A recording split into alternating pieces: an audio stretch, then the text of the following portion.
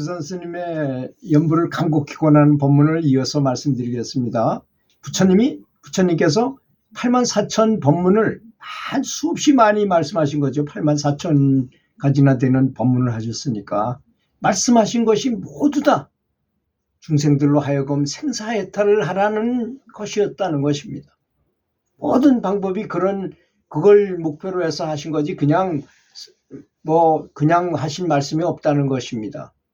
모두 연불에서 삼매를 얻고 참선해서 견성을 하고 복도 짓고 보시나 이런 무예보시 같은 걸 많이 해가지고 복도 짓고 이 생사 고통에서 벗어나라는 것이 모두 다 그런 법문이라는 것입니다. 그렇지 않습니까? 부처님께서는 오직 바라는 건 내가 성불을 했기 때문에 내가 부처가 됐으니까 당신들도 다 불성이 있으니까 누구나 다 부처가 될 수 있다. 이렇게 대자비심을 바라셔가지고 사람들한테 부처가 되라고 권하신 것이었다는 것입니다. 그런데 그 법문을 총괄해서 말하면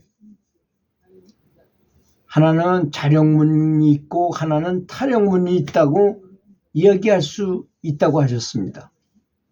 자력은 스스로의 힘으로 연구하고 수행해서 깨닫는 것을 말하는 거죠. 이게 가장 좋은 방법이긴 하겠죠. 타력은 나의 힘이 약하니까 다른 분의 높은 경지에 있는 분의 힘을 빌리는 것을 말하는 것입니다. 그러나 타력으로서 생사고뇌를 해탈하는 것은 지극히 어렵습니다. 그렇지 않습니까? 남의 힘만으로 어떻게 되겠습니까?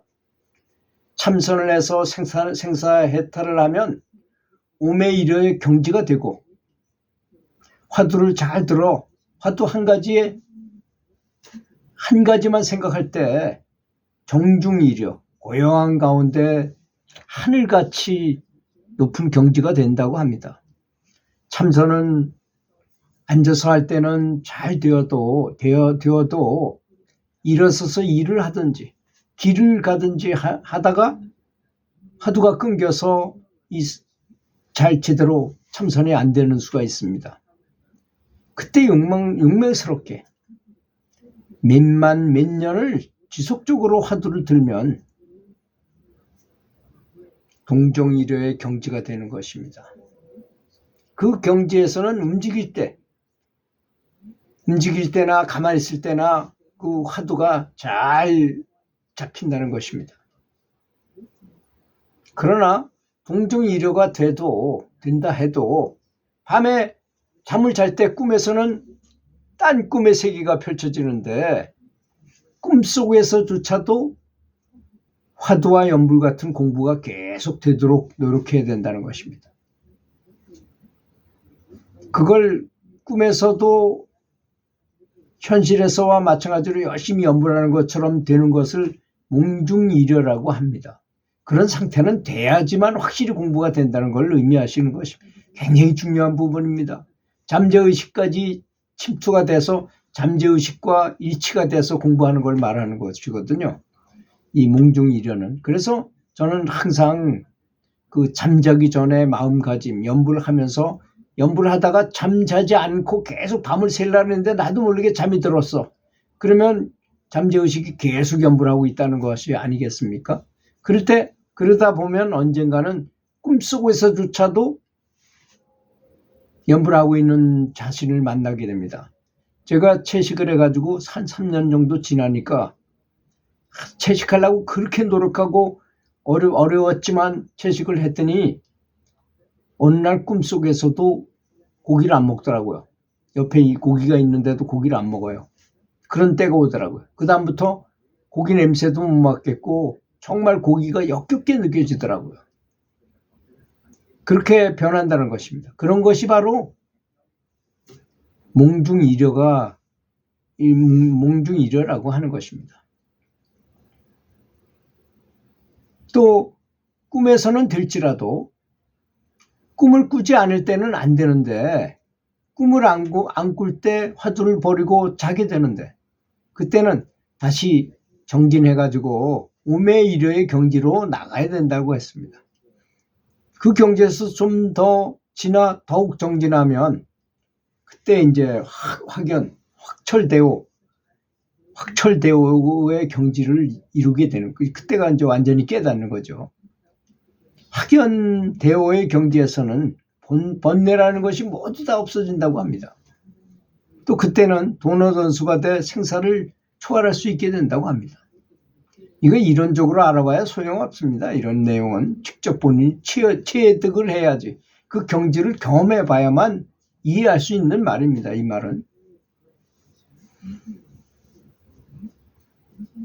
그런 경지에 가려고 한다면 특수한 상근기가 아니면 도저히 안 된다는 것입니다. 육조대사 같은 분, 전생에서부터 많은 수행을 하고 전생에 이미 부처가 됐던 분들은 그저 어린 나이에 한 말씀만 딱 듣고 응무소주 이생기심 한마디만 듣고도 딱 깨달음을 얻었잖아요.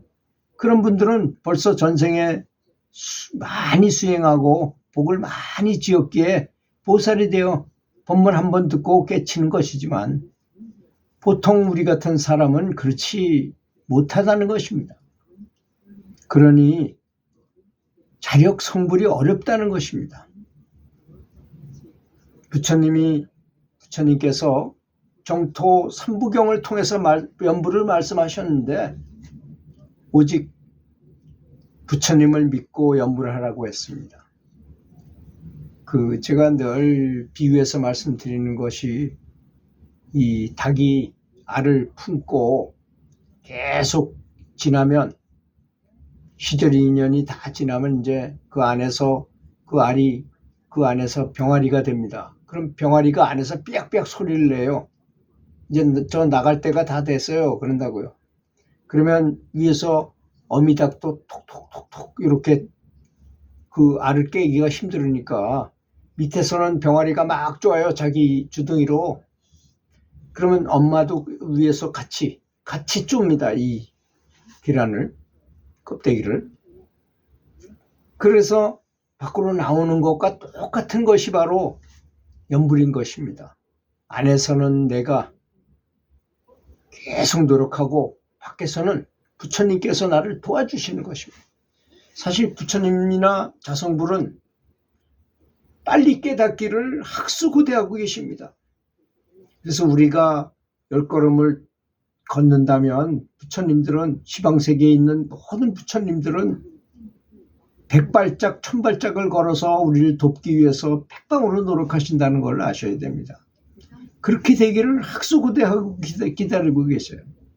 반면에 또 이 세상은 인과의 세상이잖아요. 인과의 왕, 마왕이 인과의 왕인데 그들은 또 우리가 윤회하지 못하게 굉장히 방해를 많이 해요. 또 어떻게든 연부를 못하도록 하고 어떻게든 참선을 못하게 하고 그래서 꼭 공부가 되려를 때 마장이 듭니다.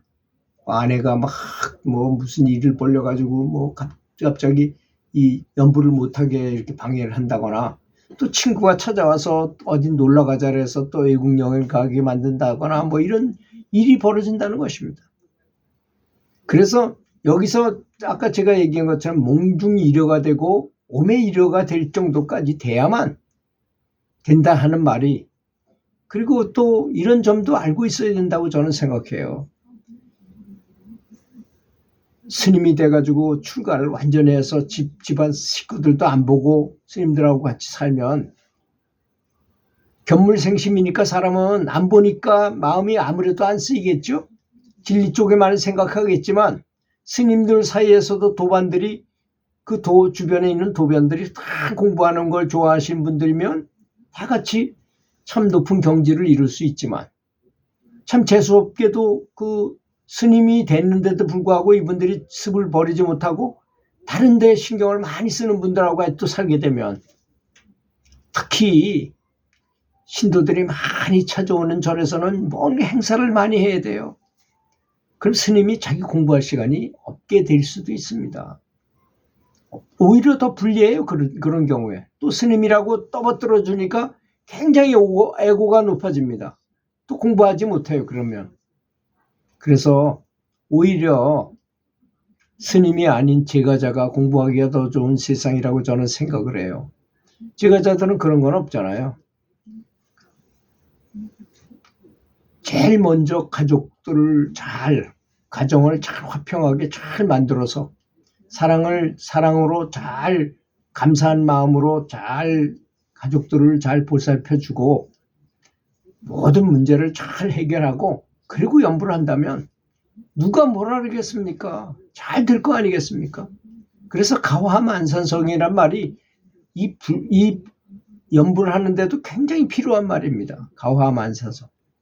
가정이 화목하면 모든 게 다 잘 된다는 뜻입니다. 성불을 하는데도 반드시 필요한 요인이다. 사실 출가를 하지 않고 가정에 있으면서도 가족 구성원들을 잘 다스리면서 화평하게 있으면서 연부를 하는 사람은 훨씬 더 높은 것입니다. 그래서 옛말에 상도는 시장바닥에 있고 도가 낮은 사람은 오히려 저 산꼭대기에 있다는 말이 있어요. 그런 말을 들으시고 제가자라 하더라도 정말 이번 생에 반드시 해탈을 해야 된다 이런 마음을 가지시고 연불하시기 바라겠습니다. 들어주셔서 감사합니다.